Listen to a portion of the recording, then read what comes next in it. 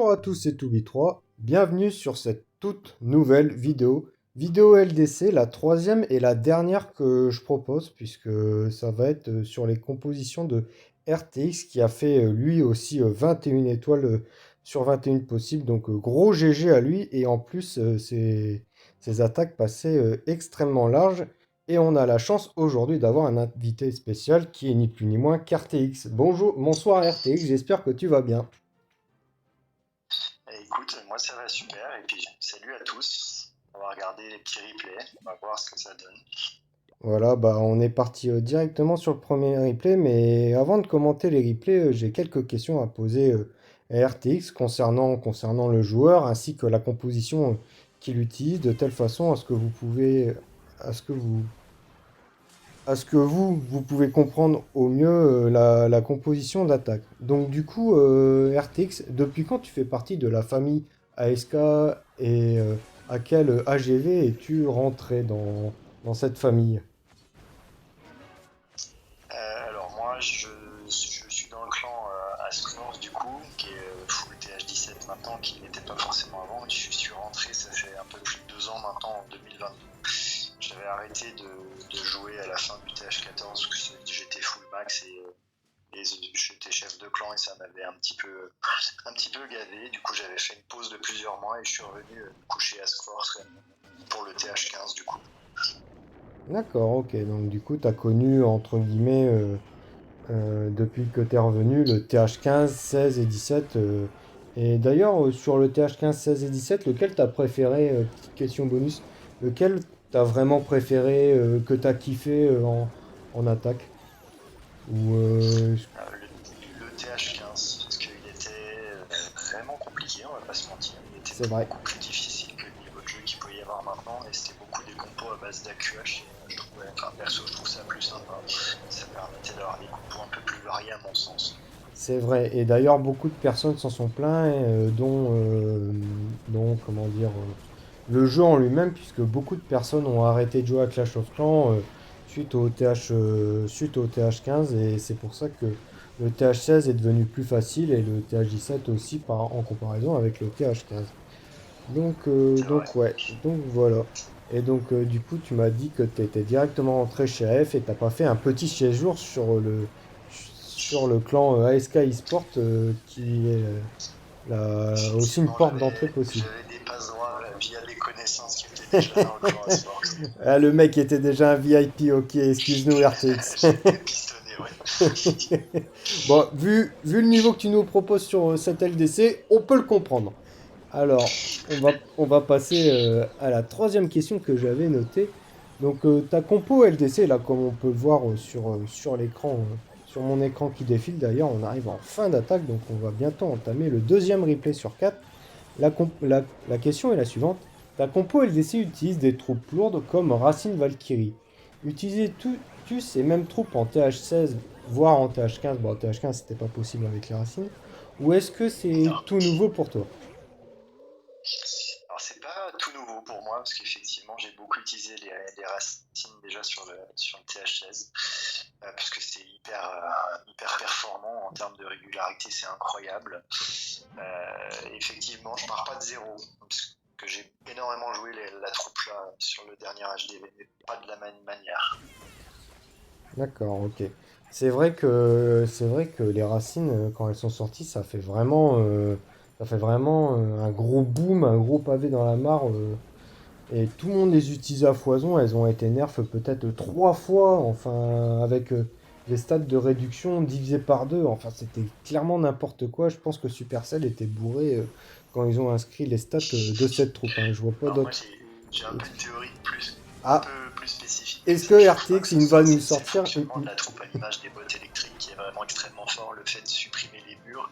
une- En fait, les héros sont tellement forts maintenant que si tu enlèves les barrières qui peuvent plus tanker dans un truc, ça rase le village. Donc c'est la mécanique de la troupe, c'est même pas ses stats qui fait qu'elle est exceptionnellement forte. Ouais, je vois. En fait, c'est ce que je remarque aussi. Je ne joue que à Clash of Clans dans les jeux Supercell. Et en fait, mais par contre, je suis un YouTuber, c'est Walleouf, qui parle de Clash Royale. Et en fait, lui, il parle de casualisation des jeux Supercell. comme quoi en fait ils les rendent plus accessibles de telle façon à ce que ça convienne à un plus large panel de joueurs. Et j'ai l'impression que c'est ce que tu me dis à travers les racines, comme quoi les murs, entre guillemets, ça saute quoi. Exactement. Le jeu est beaucoup plus simple depuis un peu plus d'un an et demi maintenant. Ouais, je suis entièrement d'accord avec toi. Quand le TH15 était l'AGV le plus fort, j'étais peut-être TH13. Et pour sortir des perfs TH13, je faisais des Skelly Donuts, donc avec des sorts de squelettes, un rage et des invis. Fort, fort. Ouais, je prenais le CDC, puis une grosse défense. Et ouais, c'était des attaques, vraiment des très belles attaques. Et Ah, il faut avoir du skill pour sortir ce genre de truc. ouais, ouais, mais j'aimais bien. Et puis avec le truc de l'invie championne, je retrouve un peu ça en plus simple, quoi. Je suis quand même content de revoir ça, mais avec malencontreusement, depuis le TH14, avec l'introduction des cabanes qui réparent les bâtiments, c'est devenu beaucoup, beaucoup plus compliqué à manœuvrer ce genre de stratégie. Ouais. On a même vu, comment il s'appelle, Synthé sortir un énorme Skelly sur carrément un HDV. Et ça, c'est clairement pas fréquent puisqu'il perd beaucoup moins de points de vie qu'un autre bâtiment classique. C'était vraiment une dinguerie ce qu'il avait fait. C'était les championnats du monde d'avant de mémoire. Joueur incroyable, Synthé. Ouais, joueur français incroyable, un des rares dans les top players à utiliser les cochons, et ça, c'est quand même magnifique. Du coup, pour ta compo, est-ce que tu t'es inspiré des meilleurs compos TH17 en te baladant sur YouTube? Est-ce que tu as regardé Alors, tes homologues TH17? j'ai pas inventé grand chose, parce que comme toi, je traîne sur YouTube pas mal et je m'inspire beaucoup des compos qui ressortent de certains gros youtubeurs. Notamment cette composition, c'est ni plus ni moins qu'un copier-coller d'une compo que Itsu a sorti Ok, dans c'est... une de ses vidéos il y a déjà plusieurs mois. hmm. Alors, il y a plusieurs variantes qui existent, mais celle-là, c'est l'original, j'ai l'impression, en tout cas. Ouais, j'ai vu Utsu aussi utiliser cette composition, c'est pour ça que ça m'avait fait écho. Et généralement, si Utsu il utilise une compo, c'est que c'est pas une compo de merde. Parce que le mec, il a Non, quand même fait top 1 monde. Il s'est dit, ouais, allez hop, je vais faire un top 1 monde. Et puis il l'a fait. Le mec, c'est quand même une machine, quoi. Donc, ouais, c'est incroyable. Mais après, il n'y a rien de. Mince, c'est la meilleure solution en après, soi de copier. j'avais inventé ma compo, le TH d'avant, le TH16, parce que je jouais à une sorte d'AQH recall avec des racines que personne ne jouait. Ah Donc ouais? là, je me suis plié à la règle. Je joue une compo que tout le monde faut sur YouTube. Ah, entre guillemets le jeu qui veut ça, quoi. Il y a des compos qui sont Ouais, plus c'est ça. fortes que d'autres, et puis soit tu t'adaptes à la méta, ou soit tu fais 2 étoiles, quoi, entre guillemets. Ou, Exactement. ou alors tu t'amuses à faire des AQH mobile, ton attaque elle est magnifique, et puis tu galères à faire des 3 étoiles, alors que le gars à côté il va jouer une compo spam, et il va faire aussi 3 étoiles, quoi. Mais en beaucoup Ah, plus si tu facile. vises la régularité, t'as pas le choix que de jouer méta. Ouais, c'est vrai. Surtout que s'il faut enchaîner les 8 attaques de ligue, 2 attaques de GDC, une attaque de LDC, on peut monter à 11 attaques par jour. On n'a pas que ça à faire de changer 11 fois de composition, quoi. Exactement. Ok. Et donc du coup, petite dernière question. Donc là, on est à la fin du troisième replay. Donc du coup, on a vu beaucoup de tes attaques. Et du coup, par rapport à cette stratégie, est-ce que tu connais des variantes d'attaque que ce soit au niveau des sorts, des héros, des familiers, et même de ce qui a changé complètement Clash of Clans, les équipements. Oui, j'ai déjà vu deux, trois variantes, et il y en a d'ailleurs dans le clan qui jouent la variante. Par exemple, le nouveau héros, le prince, il n'est pas indispensable à l'attaque. Alors moi je l'aime bien parce que je trouve qu'il apporte une mécanique complètement différente et un style de jeu aussi un peu différent. Mais tu peux tout à fait intégrer le roi à la place du prince avec le Mm. combo qui marche sur chaque attaque, c'est-à-dire les bots sismiques avec le ballon piquant qui one-shot à peu près tous les Ouais, bâtiments c'est du jeu. vrai. La championne est absolument indispensable dans cette attaque-là, puisque tout le début d'attaque est relié à elle. Le gardien, le familier peut changer. Moi, j'ai choisi le Pablo parce que c'est intéressant de friser des défenses. Des fois, ça tombe vraiment très très bien, mais tu peux le jouer avec autre chose, notamment le lézard. La reine, il n'y a pas énormément de variantes dessus. Après, j'ai vu des variantes aussi au niveau des sorts. Il y en a qui ne jouent pas forcément le recall, il y en a qui ne jouent pas forcément le sort de floraison, plutôt le sort de résurrection. Petite dédicace à Nico qui fait ça. Grosso modo, le concept de l'attaque en lui-même reste à peu près le même. D'accord, ok. Bon, c'est normal qu'il y ait des variantes. Après, entre guillemets, des fois, c'est un feeling plus que, bah, ça, c'est la compo méta. Mais si on a plus un feeling avec un sort de résurrection à la place d'un sort de floraison, bah, c'est intéressant de jouer comme ça, quoi. Après, le sort de floraison, moi personnellement, je ne l'utilise pas à chaque attaque, et des fois il me reste un peu entre les mains, mais il a une utilité et toute la compo repose pour moi là-dessus. C'est un concept primordial de Clash of Clans, c'est le funnel. En fait, cette compo, elle marche du feu de Dieu parce qu'elle joue sur les funnels et les racines, elles sont extrêmement fortes quand elles sont groupées et qu'elles ont un terrain défini. Et en fait, ça te permet de corriger le tir même en cours d'attaque si jamais ton début d'attaque est un mal strat, notamment en Ligue Légende ou ce genre de choses, parce que tu as moins de temps de te préparer. Tu peux corriger des choses avec. C'est vrai. C'est vrai, puis la notion de funnel, c'est quelque chose que j'emploie limite. C'est peut-être le mot que j'emploie le plus dans chacune de mes vidéos YouTube, puisque C'est la base, hein. En fait, si tu comprends pas la notion de funnel, en fait, t'as juste pas compris Clash of Clans, en fait. Et, Exactement. j'utilise aussi cette notion de funnel dans mes attaques MDO, et c'est vraiment la base, hein. Si tu fais pas un bon funnel, ton attaque, elle est complètement foirée. Et en plus, c'est extrêmement punitif sur un MDO parce que tu peux marquer plus 13 et l'autre en face, il te met moins 50 dans la gueule, quoi. Donc, au niveau des trophées, ça peut swinger extrêmement rapidement. En plus, en Juste à MDO, cause le de jeu ça. est largement simplifié. Et en fait, tu reviens exactement à ça, aux bases. Et ça, c'est la notion de Clash of Clans la plus importante pour moi. Et en plus, la notion de funnel, elle date de Mathusalem, hein. Déjà, dès le TH17, avec les dragons, j'étais chef de clan à l'époque chez JM Clan. Et combien de fois je voyais des gens balancer une ligne de dragon et point barre. Et au lieu de balancer un ou deux dragons dans les coins, voir les héros, et après balancer les dragons au milieu, et ils vont tous au milieu. Mais ça c'était dur pour certains à intégrer. Donc, ouais. Et ça, je te parle de ça, c'était il y a 7 8 ans, Alors, quoi. j'ai dû partager tes moments de rage, hein, t'inquiète pas. Ah oui, c'est sûr. Ok. Euh, du coup, ouais, j'en ai fini avec mes questions. Est-ce que tu veux rajouter quelque chose d'autre en particulier avant qu'on passe au replay sur le journal, sur la journée numéro 5. Écoute, non, on peut passer aux commentaires. D'accord, ok. Donc du coup, je vais te laisser la toute dernière attaque à commenter. Je suis sur la journée 5. Et c'est le euh, 5e village que j'ai tapé le jour-là. hop. Et c'est quoi? C'est le village numéro 5 que j'ai attaqué. Ouais, ok. Là, je suis à 2 minutes 28 de replay restant. Tu me dis quand tu es à 2 minutes 28 et puis on appuiera en même temps sur le bouton pause pour avancer la Bah vidéo. écoute, on peut y aller. Alors, Ok, tu me donnes ton alors, top. alors c'est parti.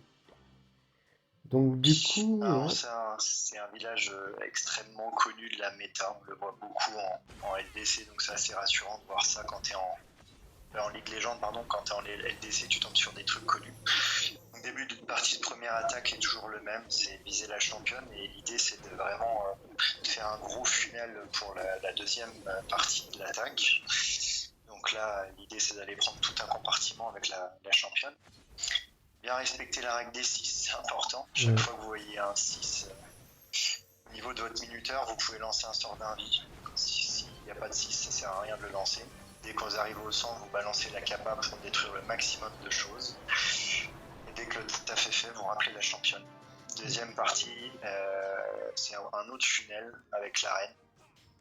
Donc là, il y a juste un petit truc, c'est que j'ai attiré le château dans un coin pour éviter qu'il me gêne trop au début de l'attaque, parce que les golems de glace peuvent rapidement split limiter ton armée parce que les racines vont continuer à avancer, les Valkyries vont buter dessus et ça peut dézinguer toute ton armée. Donc l'idée à droite, c'est d'avoir l'arène pour accentuer le funnel et vraiment diriger le gros du commando au centre du village. Donc là on le voit, l'arène elle va aller prendre le compartiment dessous avec le double canon. Après le recall, vous pouvez temporiser un peu la championne, parce que l'idée des fois elle a plus trop de vie, donc le fait de la temporiser comme ça lui permet de récupérer des HP avec la capacité. Pas hésiter à déclencher très vite le pouvoir du prince super gargouille, parce qu'il est beaucoup plus intéressant en début d'attaque qu'en fin d'attaque. Puis après c'est l'autoroute, hein. Ouais, elle sort de Floraison, je m'en sers uniquement pour réorienter mes troupes. On voit là le funnel, ça fait un L. Du coup ça va faire un autoroute pour les racines. Puis après, là, il n'y a plus grand chose à faire. Il suffit de mettre un bon sort de gel, un petit sort de squelette pour distraire les dernières attaques. Et puis il y a les super barbares. Ils sont là uniquement pour aussi funnel le reste de l'armée. Et si on reste à la fin, c'est simplement du grattage. L'avantage de cette compo, c'est qu'elle n'utilise que 4 sorts d'un vie pour le début de la championne. Et franchement, c'est quasiment impossible de fail time. Parce que quand il y a des compos qui utilisent 11 sorts d'un vie, alors certes elles prennent beaucoup plus d'objectifs, mais le risque de fail time est beaucoup plus important à la fin.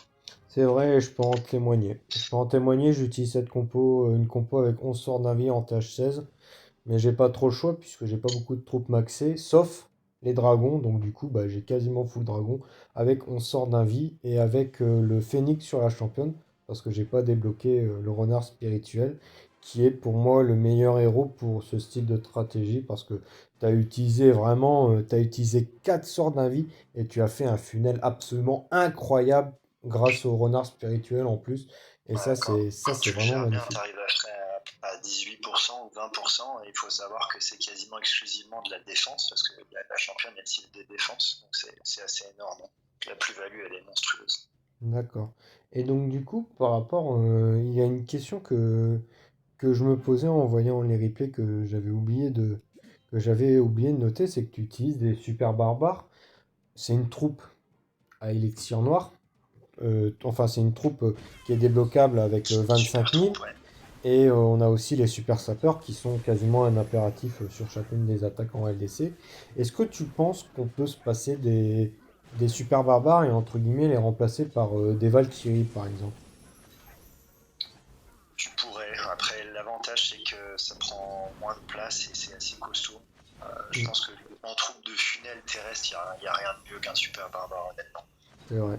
Et ça Alors, pourrait, ça marcherait avec des Valkyries. c'est vrai que je suis d'accord avec toi, mais après, je pense aussi à d'autres joueurs qui sont pas forcément en Ligue Légende et puis qui entre deux attaques de LDC ou de GDC, aiment bien utiliser leur double super troupe fétiche, à savoir le super sapeur et aussi le super gobelin pour pouvoir Ouais. et Après, farmer juste le leur super ennemi. gobelin, ça dépend, ça serait aléatoire parce que ça dépend du nombre, enfin du type de bâtiment qui est à l'extérieur du village. C'est Donc vrai, si c'est plutôt des bâtiments qui sont pas type de ressources, tu peux pas les funnel et le super gobelin. c'est vrai. Le super barbare, il s'adapte à tout, il peut même te gérer un CDC s'il est terrestre. Avec Mhm. 3-4 barbares, tu le gères complètement. J'ai vu, Je le trouve beaucoup plus polyvalent. j'ai vu aussi des joueurs qui s'amusaient à sortir le CDC comme toi avec la championne, à attirer le CDC dans un coin et à le gérer avec un dragon infernal, un dragon TDE. Je sais même plus son nom tellement qu'il est très peu utilisé. Dragon de l'enfer. Le, dra- le dragon de l'enfer, ouais. Et en fait, j'ai vu ça par le joueur Stars qui est actuellement premier mondial et qui utilise une compo à base de 11 sorts d'un vie avec le renard spirituel. Et il s'amuse à mettre le CDC dans un coin entre guillemets et pouvoir le taper avec un dragon de l'enfer. Et comme ça, il peut balancer ses Après, dragons. actuellement en Ligue Légende, il y a énormément de grosses troupes dans les CDC parce que justement les bots te ruinent tous. Tu mets un truc full archer, Ouais. les bots électriques de la championne, elles ruinent ton CDC sans effort, sans rien du tout. Donc c'est sûr qu'il y a quasiment maintenant que des grosses troupes en CDC défensif et c'est sûr que le dragon de l'enfer, il les gère toutes. dragons compris. C'est vrai que ça doit être très intéressant. Stars est un joueur hyper malin. Bah oui. D'ailleurs, mon CDC, la composition de mon CDC d'attaque est issue de sa précédente attaque. L'histoire de la guérisseuse et des Valkyries, ça c'est du Stars. J'ai D'accord. quand même pompé sur 2-3 grands joueurs comme ça pour adapter la comp. D'accord, parce que c'est vrai que quand je t'ai fourni en CDC, j'ai été très étonné de voir qu'il y avait une guérisseuse. Je me suis pas posé plus de questions que ça, mais bon. Bon En après. fait, à la base, ce CDC il est issu de la compo de Stars qui utilise les super sorcières. D'accord. En Ah fait, je l'ai ouais, conservé ok. parce que je trouve que la guérisseuse est très intéressante aussi sur les Valkyries. Et quand tu D'ac- les perds au centre du village, des fois, t'es content qu'il y en ait une qui pop, même à l'extérieur, elle rejoint le commando après. D'accord. D'accord, ok. Ouais, c'est intéressant parce que c'est vrai que c'est pas. Ça semble pas intuitif au premier abord de mettre une guérisseuse au sein d'un Clairement pas. CDC, quoi. Je peux te dire que la première fois que j'ai fait la demande, ça m'a fait bizarre. Mais honnêtement, ça marche. C'est un point de détail, mais ça marche très bien.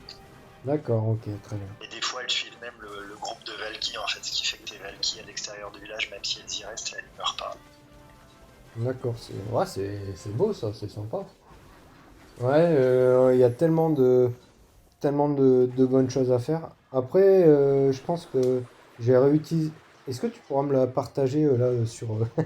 J'en profite qu'on soit dans le même clan pour que tu me partages la compo, comme ça je la recopierai et puis quand j'aurai maxé les Valkyries et puis les racines, j'utiliserai en TH16 parce que elle est vraiment balèze Aucun souci. et puis c'est Tiens, je vrai te l'ai que. partagé sur le chat du clan. Ok, merci. Donc, ouais, vraiment, je le rappelle, là, c'est la troisième et dernière vidéo LDC. On a vu les attaques de Claude et puis d'Anto, qui étaient des attaques différentes. Donc, ça tombe bien. Heureusement qu'il n'y en avait pas deux qui utilisaient exactement la même composition. Même s'il y a des idées similaires, telles que l'Invi Championne, qui est devenu quasiment un impératif à chaque attaque, malencontreusement, parce que au niveau de la diversité, ça en prend un coup. Mais voilà, il faut suivre la méta du jeu et puis il faut utiliser ce qui marche. Et ce qui marche, bah, c'est la vie championne tout simplement avec le nouvel équipement. Faut en profiter avant que ce soit nerf. C'est vrai, là j'ai mis au niveau de 26. J'ai pas mis au niveau 27 parce que je me suis dit à tous les coups je me tape une méga douille. Et puis le lendemain ils vont me le nerf. J'ai mis au niveau max les bottes sismiques que j'utilise tout le temps. Et puis la boule de feu, un équipement que Après, j'adore particulièrement. même à bas niveau, elle fonctionne. Donc il n'y a même pas besoin de la maxer pour faire le travail. Ouais, ok. Ok, très bien. Là, bah, avec nos discussions, j'ai pu mater les 7 attaques que tu as fait en LDC. Et puis, bah, Eh je ben, voulais on a savoir beaucoup si. parlé.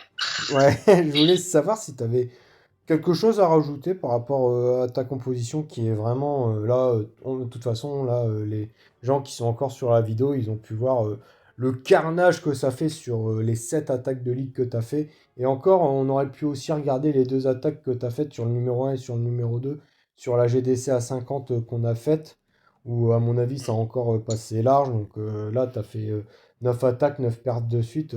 C'est quand même une compo qui a fait ses preuves, quoi. Bah, elle est très forte. Et ce qui est intéressant, c'est vous le verrez sur certains replays. Par exemple, le premier de la vidéo, il y a des petites erreurs. Alors, certes, peut-être que tout le monde ne les verra pas. Moi, je les vois. Et même en faisant des erreurs, la compo est tellement forte que ça passe. Mm. Elle autorise à faire des erreurs. Ouais, ça c'est pas le cas de toutes les compos, hein. Si sur une flèche Et géante non. tu la rates, t'es un peu dans la merde, entre guillemets. Ah ben, une attaque à base de mobile, tu rates quelque chose, c'est fini, quoi. Ah ouais, Là, non. Si tu rates quelque chose, t'as toujours moyen de t'en sortir. c'est vrai que malencontreusement, le mobile est devenu une compo un peu disparue, quoi. C'est extrêmement rare les joueurs qui utilisent cette compo C'était grotesque. tellement beau. Ouais, c'était trop beau. C'était trop beau pour que ça tienne. Ah ouais. Ouais, avec des Akush et tout. Ouais, c'est Clash of Clans qui change et puis on suit les changements et puis des fois ça va dans Ouais, notre sens après, et des fois non. ça, ça fait du bien des fois de voir du changement. C'est vrai, mais il y a des changements qu'on n'aimerait pas trop voir. On C'est parlera pas de la vrai, je suis fusion, d'accord. on parlera pas de la fusion de l'aigle avec la GV, sinon la vidéo elle va durer 1 heure, donc donc voilà On va quoi. pas refaire le monde, hein. Ok, très bien. Du coup, est-ce que tu as une dernière chose à rajouter concernant ta composition ou est-ce qu'on a fait le tour avec les questions et puis avec les 7 attaques que j'ai pu envoyer sur YouTube? Alors écoute, je crois qu'on a fait tout. D'accord, ok. Bon, du coup, j'espère que la vidéo vous aura plu. Là, on avait un invité d'exception pour aujourd'hui. C'est la première fois sur cette chaîne. Donc, j'espère que ça Ça vous a fait plu. plaisir. Si c'est le cas, n'hésitez pas à vous abonner, à mettre un pouce bleu, un commentaire, un partage. Et puis, bah, RTX, je te donne le mot de la fin. Et avant toute chose, je te remercie infiniment d'être venu présenter ta composition d'attaque et puis d'avoir échangé avec moi sur Clash of Clans et aussi sur ta composition d'attaque. Mais écoute, moi déjà j'ai passé un très beau moment et je te remercie du boulot que tu fais pour la chaîne, c'est toujours appréciable et c'est toujours un plus pour tout le monde. Donc écoute, j'espère que tu vas continuer comme ça et merci beaucoup pour l'invitation, ça a été vraiment un plaisir encore une fois. Et puis à bientôt peut-être. Ouais, c'est vrai que ça demande beaucoup d'investissement, mais ça en vaut la peine quand on voit les retours tels que le tien ou alors ceux que je reçois sur la chaîne. Et ça fait toujours plaisir. Bon, bah, RTX, toutes les bonnes choses ont une fin. Je te remercie d'avoir accepté mon invitation. Et puis, quant à moi, je vous retrouve pour une prochaine vidéo. Allez, salut les gars, portez-vous bien d'ici la prochaine.